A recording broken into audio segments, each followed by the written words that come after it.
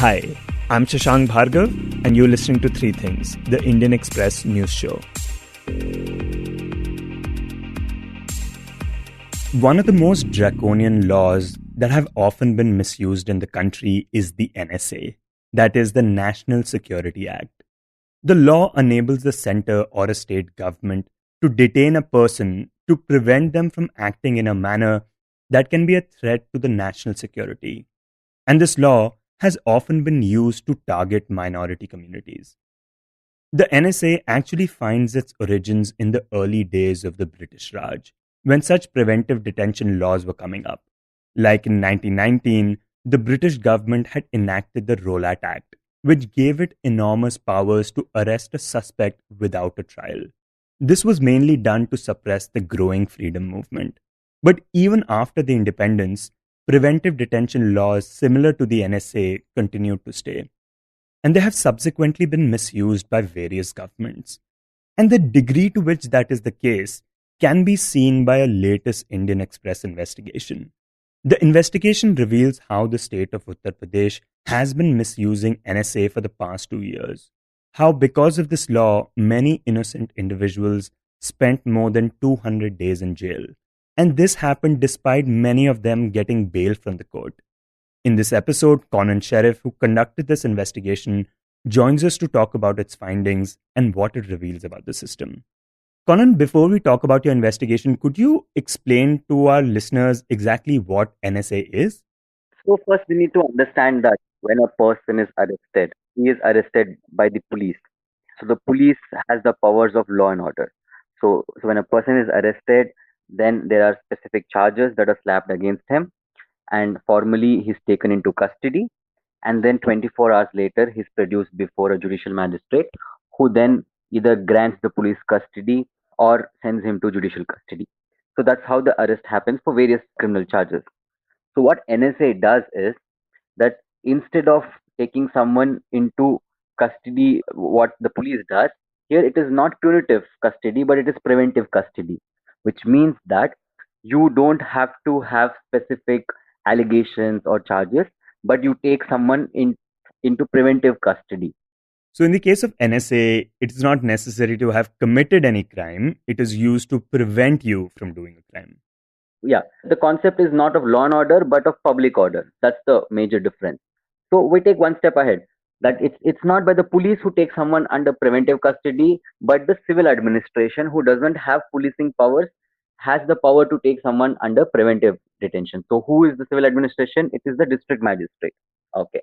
The third aspect is that in a preventive custody, you need to have some material. You have to rely upon some material, like that, like there are some certain activities that can disturb the public order, that he could be a threat to the security of state, or that there is a history of that there are criminal antecedents of this person. So all of this is the basis for taking someone into preventive detention. We've heard about the preventive detention in Jammu Kashmir. It's very common there. There what we have is the PSA, the Public Safety Act. But in the other parts of the country, we have the NSA. So what it means is it's an extraordinary tool that is given to the state, which is the civil administration, to take someone under preventive custody without any charges or a trial. So you don't have the constitutional right to be produced before a magistrate in within 24 hours. There is no trial by a judge. So all that is not there. So crux of the matter is that all your rights under the constitution of personal liberty is completely curtailed under the NSA. And how long can a person be detained under NSA? So under the NSA, once the DM passes an order, it then goes to what we call as an advisory board. The advisory board looks into it and then gives an approval. And the first order is applicable for first 3 months. If the extension has to happen, then again it is extended to up to 6 months and maximum up to 1 year. So NSA is usually for a period of 1 year. Someone can be detained under preventive custody. Also, if you remember, in NSA, the person if can already be in police custody. He might have already been given bail by a criminal court. He can have been already been acquitted by a criminal court, but still a person can be taken into custody. So that is how draconian it is. Across the country, there are several states that are using it, but what we see in our investigation is that now it is being widely being used in Uttar Pradesh. So that is what our investigation is about. That Uttar Pradesh is widely using, and also there is evidence that it is being misused. The law is being misused. That's the evidence that we are gathering through these hundreds of orders that have been passed by the Allahabad High Court. Right. And you analyze these court records and police records in NSA cases. What kind of things did they reveal? So, like I said earlier, that you cannot be produced before a magistrate, so there is no bail. So, there's the only recourse, the legal recourse to someone who is detained under NSA is to file a habeas corpus. It's a writ petition, and habeas corpus can be filed only before a high court or a Supreme Court. So we looked at the habeas corpus petition, that which means that all these people who are detained knocked at the door of the High Court seeking quashing of the NSA order. So we looked at from 2018 to 2020. The Allahabad High Court actually adjudicated on 120 of those cases. So these are the final orders. There are many more cases that are pending. We're not looking into that, but these are the final orders. Out of these, as many as 94 of them were quashed by the High Court, which means that it allowed the habeas corpus petitions filed by the detainees and asked the district administration to release them. So the number of we looked at 120 of the final orders, and out of which 94 were quashed, and the remaining 26 were upheld. So you can see that the big takeaway is that almost 70 to 75% of the cases that were actually challenged before the High Court were all set aside by the court, which means that these orders were eventually illegal. And when you look at these cases, what kind of patterns and similarities do you find? So yeah, the patterns were glaring patterns here. The first what we saw was that 41 of these cases were related to cow slaughter. So the material that was relied upon by the district magistrate were the FIRs of the Prevention of Cow Slaughter Act, which is applicable in Uttar Pradesh. And within these cases, we saw that almost every case the NSA was filed when the bail was granted by the criminal courts.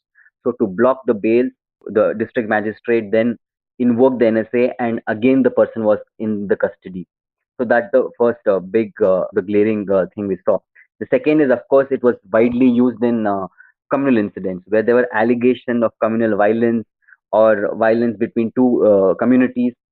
So that's the second one. The third big thing is we saw that the majority of them belong to the Muslim community. Almost 70 to 80% who were detained yeah, under NSA were from the minority community. The third thing which was very interesting that we saw is as many as 25 cases were those who were either having political affiliation with a particular party or was an opponent of a particular serving member of a party. So it was also used in political cases.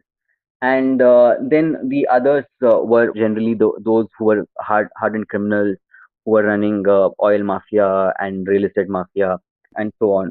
But in all of these cases, what we saw is that almost every case that these NSAs were invoked as soon as the bail were granted by the criminal court. So in this sense, you can actually see that the district magistrate became the police here actually, and that the option of walking out of judicial custody was completely curtailed by the district magistrates by invoking the NSA. Yeah, and one of the most striking things that the investigation has revealed is that in 12 detentions, the person involved remained in jail for more than 200 days. And in one case, you even had a person in jail for 308 days. And this is all, of course, when the court has already granted bail and then the NSA was invoked. But also, during this investigation, were there any particular cases that stood out for you? In terms of the particular cases, I can tell you how the cow slaughter, how almost every case is almost a copycat order, which means that the FIRs that were relied upon were very similar. That an incident happened in a field, and then there was this whole fear that was engulfed in the vicinity, and then there were protests by the Hindu community, and then the life and the tempo was disturbed. So the even the language that they've used in these cases is verbatim. It's just cut, copy, and paste orders. So you can see that they've all been following the same template. And then, of course, what we also see is that that these cases, even the ones where the High Court is upheld, these same other benches of the High Court has granted bail. So in cow slaughter, technically there has been not a single case where the courts have not thought that the judicial custody is required, and that's the reason why the NSA was invoked. In terms of communal incidents, we see that it's more got to do with a complaint that has come from someone from the Hindu community, and on the basis of a complaint, an FIR is filed, and the basis of that FIR, an NSA is filed. So it is really not an police investigation that the DM is relying upon, but a private complaint on the basis of which an NSA is being invoked. That's the second thing. The third thing we are seeing in both the cow slaughter and the communal incidents is that there hardly any criminal antecedent. That means there is no previous history of any criminal activity of the person who has been taken into preventive custody. So it's very unlikely that he could indulge in something that could disturb the public order. So that's something that court has highlighted.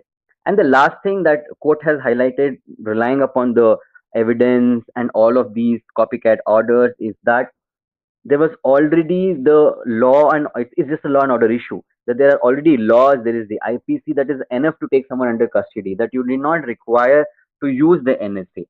So that's the thing. And the records that you examined also revealed that there were discrepancies in the advisory board. Could you explain the significance of that? Yeah. So what it means is that so if someone is detained under the NSA, he has to be taken before the advisory board, and then that person makes a representation before the board and asks for the quashing of the NSA. So clearly, in these orders, we see that there has been a huge delay in that process. So the courts have said that since there is a delay in the representation made before the advisory board, only on that ground, since it's a violation of the due process and it's a violation of constitutional safeguards, on that ground itself, the NSA has to be quashed, even without even looking at what are the grounds. So that is also something which is very significant that have come out of these orders. That one safeguard of advisory board where a person has to go and represent himself, even that was violated in this NSA order. Right. And one of the things that you write in your story as part of the red flags raised by the Allahabad High Court regarding these cases is non application of the mind. In as many as 12 detention, the court cited non application of the mind by the district magistrate while passing the order. Could you talk about what the court is trying to say when it says that? So what the court is trying to say is two things. The first thing is that the DM is just relying upon the police records. The DM cannot just rely upon the police records because it's not a law and order case. It's not a charge sheet or an FIR. So you have to look into, so if person is detained on a cow slaughter act, you have to look whether it's a solitary case, that it is his first case of cow slaughter, whether he has a history of that indulging in such criminal activities, whether the public order was actually disturbed. The DM has to actually put all of these what we call as the subjective satisfaction of the DM has to be there in those orders. So that wasn't there. So that's what the court is trying to say, is that these are mechanical orders, or what we call as non-application of mind, which means that they have just picked up what is there in the FIR and put it in the NSA order. The second thing, or what when he's trying to say that there is non-application of mind, is that the DMs are actually invoking the NSA only on the grounds that he could walk out of bail. If you actually read the investigation, it clearly says that we are invoking because there is a likelihood that someone would walk out of bail. So the courts have said that that is not a ground for invoking an NSA. That if someone, the only way is actually to go before a higher forum and challenge the bail instead of superseding that process and using the NSA. So the word application, non-application of mind means these two things, that the DM is invoking the NSA in a mechanical manner just on the basis of the police reports, and second, that it is only citing the grounds that there is a likelihood that the detainee could walk out of bail, which is not a ground that it could disturb the public order. It's a simple case of law and order. So that's why the court has said that since there is non-application of mind, and the NSA orders have to be quashed. So, now looking at these cases, what factors do we think enable the district magistrates to use NSA this way?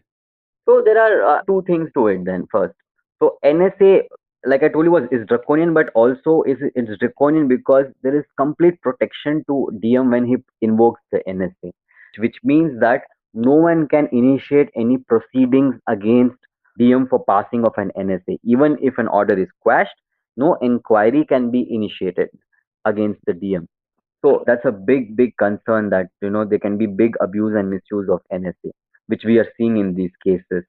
The second thing is, of course, we're seeing in the UP, whatever the investigation so far is saying, that it's basically targeting of the minority community. That the numbers are such huge, and the pattern also is like most related to cow slaughter and communal incidents. And because of this reason, they are being put into custody for almost a year. So it's clearly violation of liberty and individual liberty, and the misuse is there. So it's a fact, two factors. That one is the thing that the protection that is given to DM, there is a big misuse, and second is that it is very specifically targeting only the minority community in majority of cases. If you look at the numbers, it's almost 80%. Right. And NSA has been criticized in the past precisely because of these reasons you mentioned, right? That it is misused, it is often used to target minority communities. So, what attempts have we seen to remove this law or make amendments to it? That really hasn't happened, but what is being criticized with NSA is the fact that how the higher courts sit on the habeas corpus petitions. So that is a big criticism. So even if you look at these orders, of course, we've seen that the High Court has come down heavily on the UP government, but it takes time to pass final orders. We've seen criticism on habeas corpus related to Jammu and Kashmir, both with the High Court and the Supreme Court taking a lot of time to pass orders on habeas corpus. So habeas corpus is an extraordinary writ where you have to actually produce the detained person and ask the government why, what are the reasons.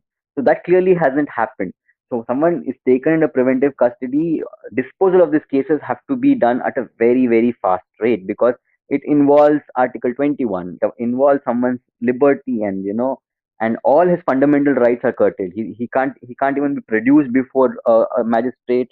He can't move a bail. There are no exact charges. So the only recourse for him is the High Court or the Supreme Court. That process has to be fast tracked. And if that happens, of course, there would be very little misuse of this law. The second thing, like you're talking about the amendments, that really hasn't happened. In fact, it is draconian. It's nothing really has changed. And it is now, like you're saying, it's been misused now in Uttar Pradesh. You were listening to Three Things by The Indian Express. Today's show was written and produced by me, Shashank Bhargav, and was edited and mixed by Suresh Pawar. If you like the show, then do subscribe to us wherever you get your podcasts. You can also recommend the show to someone you think will like it, share it with a friend or someone in your family. It's the best way for people to get to know about us. You can tweet us at Express Podcasts and write to us at podcasts@indianexpress.com.